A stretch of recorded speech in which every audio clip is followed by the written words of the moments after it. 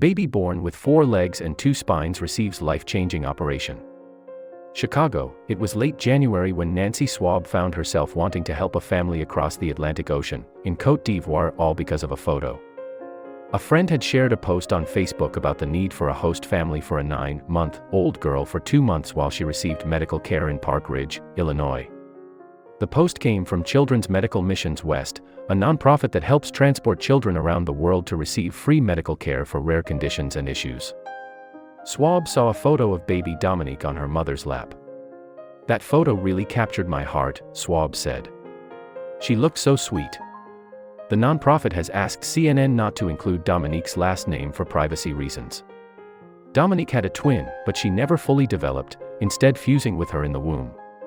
She was born with what is known as a parasitic twin, where the underdeveloped twin formed incompletely and was entirely dependent on Dominique's body. She was born with her parasitic twin's waist, legs and feet growing out of her back. Dominique was also born with 2 spines that were closely connected. Cases of parasitic twins are so rare that most of them are known by the names of the patients. Baby Dominique was born with a parasitic twin attached to her back from the waist down. She was fostered by a U.S. family so she could have complicated surgery. Without surgery to remove the parasitic twin, Dominique's life would not be a very long one. Her tiny heart and lungs were working to support the equivalent of 2 bodies. The massive kicking legs attached to her neck and back would continue to grow, causing deformity, abnormal forces on the spine and a life of pain, doctors said. But the complicated surgery would have to be done at a hospital equipped to handle the risks, and Dominique would need a foster family to help her get through it. Schwab, a native Chicagoan, realized that the Park Ridge, Illinois address belonged to Advocate Children's Hospital, only about 7 miles from her family's home. She and her husband, Tim, knew they could help and reached out. They went through a vetting process and confirmed that they would be able to take Dominique to all of her appointments at the hospital, which had been scheduled through the organization. Children's Medical Missions West had raised funds for Dominique's flight, in which she would be escorted by a flight attendant who donated her time. But the family, which has 2 adopted daughters, Lena, 15, and Mara, 9, realized they still needed to make ready for Dominique's arrival. Schwab, a special events coordinator, asked her neighbors in the family-filled Edgebrook community whether they could borrow anything for the baby they would be fostering. Within 2 days, a pile taller than Schwab herself filled the house. Neighbors eagerly donated packages of diapers, formula, wipes, clothes, a stroller, a car seat and a playpen. Mara and her friends organized all of the items in the family's basement to make them easily accessible. Nancy's 9-year-old daughter, Mara, bonded with Dominique almost instantly. Baby Dominique arrived to a warm reception 3 days later, on February 5th. Schwab's daughters were thrilled to have a new baby in the house.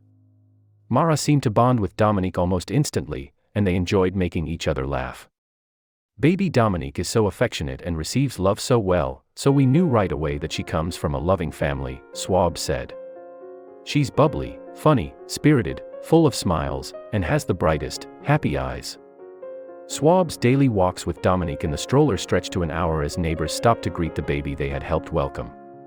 The neighbors offered to watch her so Schwab could get things done around the house. Their home became open to visitors. Even her cousin's teenage sons enjoyed playing peekaboo and making silly faces just to make Dominique laugh. "She has become the community baby, and everyone has been really interested in her story," Schwab said. Even before her surgery on March 8, baby Dominique spent hours in the hospital, undergoing tests and preparation. Doctors at Advocate Children's Hospital ordered an MRI, an MRA, a CAT scan, X-rays, and a CT myelogram to analyze the anatomy of the parasitic twin and how it connected. They used the scans and imaging to create a 3D model of Dominique's 2 spines. They also discovered a second bladder behind the extra limbs that would need to be removed. Dr. John Ruga, a pediatric neurosurgeon at Advocate, had worked with Children's Medical Missions West before. He constructed a team of 5 surgeons and more than 50 physicians spanning specialties across the hospital to remove the excess limbs. It allowed us to come up with a plan of attack how we could safely and effectively remove this very complex part attached to this little baby's spine and end up with a healthy and happy child at the end of the day, said Dr. Frank Vicari, a pediatric plastic and reconstructive surgeon at Advocate who has operated with Ruga for years. Pediatric neurosurgeon Dr. John Ruga examines baby Dominique prior to surgery.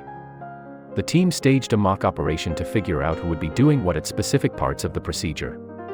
On March 8, the team worked for 6 hours to remove the entirety of the parasitic twin. They had to be careful to disconnect any nerves and blood vessels so that Dominique wouldn't sustain damage, numbness, or paralysis. Through extensive planning, they were even able to remove it all in one piece. She is now 2 pounds lighter. All that remains is part of an abnormal bone that stabilizes Dominique's spinal column.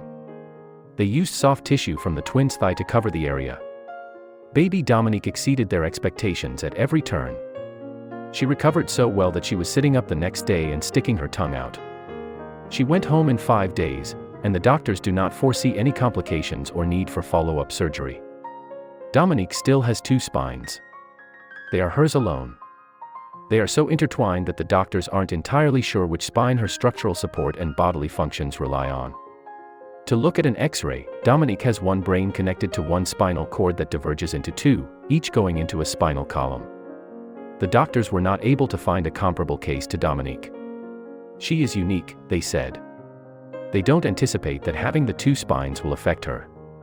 Like any child, she needs to be cared for and watched for developmental issues, Ruga said. She has slightly more risk because she is built slightly more different than other children. But she looks great. We had 100 worries before surgery, and risks were high, so we're pleased with how she's doing. The team at Advocate Children's Hospital combined neurosurgeons, plastic and craniofacial surgeons, pediatric orthopedics, anesthesiologists, nephrologists, radiologists, the pediatric intensive care unit, physician assistants, nursing staff, therapists, and many others to make baby Dominique's surgery a success with no surprises. One of the joys of being a physician is taking a challenging case, working with a team of talented people where each of us contributes something and having that be better than any one individual can do, Ruga said. Everyone had their whole heart in this.